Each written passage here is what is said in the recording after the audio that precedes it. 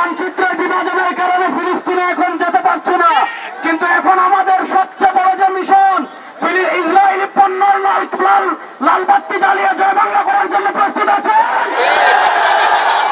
ফজলুল করিম নম্বর আল্লাহ মারকাদাহুর একটা বক্তব্য নিয়ে আমি আমার বক্তব্য শুরু করছি। তিনি বলেছিলেন আমাদের মুসলমানদের আর কোন জাতিসংঘ লাগবে না, এখন আমাদের মুসলিম সংঘ গঠন করতে হবে।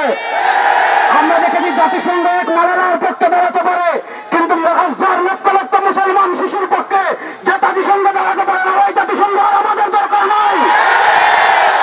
মিছিল করেছি অনেক, সংগ্রাম করেছি অনেক, সবার দিন শেষ হয়ে গিয়েছে। এবার আল্লাহর পথে জিহাদ করার জন্য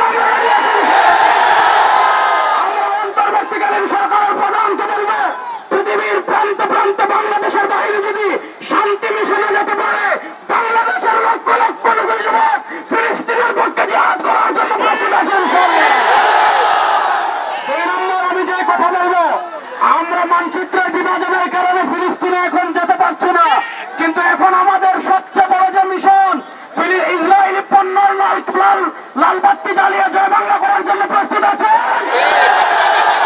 আজ থেকে আমরা কোকা-কোলা খাবো, আজ থেকে আমরা কোকা-কোলা খাবো। এখানে যত যুবক আছেন আমি আপনাদের কাছে অনুরোধ করব, আপনারা আপনাদের এলাকায় যেই দোকানে কোক বিক্রি হয়, যেই দোকানে ইসরায়েলি পণ্য বিক্রি হয়,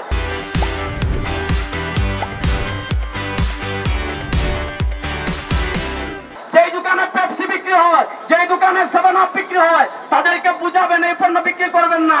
এরপরেও যদি বিক্রি করে সেই দোকান এখন থেকে বয়কট করা হবে ইনশাআল্লাহ। বাংলাদেশের জন্মের পর থেকে নিয়ে আমাদের পাসপোর্টে এক্সেপ্ট ইসরায়েল ছিল, অর্থাৎ এই পাসপোর্ট ইসরায়েলের জন্য এলাও না। কিন্তু আমরা দেখেছি গত ফেসিবাদী ভারতের 5 টাকা গোলামরা ইসরায়েলের দালালি করে আমাদের পাসপোর্ট থেকে সেই শব্দ তুলে দিয়েছিল। অন্তর্বর্তীকালীন সরকারের কাছে আমাদের স্পষ্ট দাবি, এই শব্দ আবার পাসপোর্টে যোগ করতে হবে। 4 নম্বর, আমাদের নেতা পীর সাহেব চরমনায় ঘোষণা করেছেন, আপনারা দেখেছেন গতকাল তিনি আমাদেরকে আহ্বান করেছেন ফিলিস্তিনের পক্ষে যে কোনো আন্দোলনে, যে কোনো সংগ্রামে আমাদের নেতা যদি ডাক দেন, প্রয়োজনে ফিলিস্তিনে যাওয়ার জন্য যুবকরা প্রস্তুত আছে।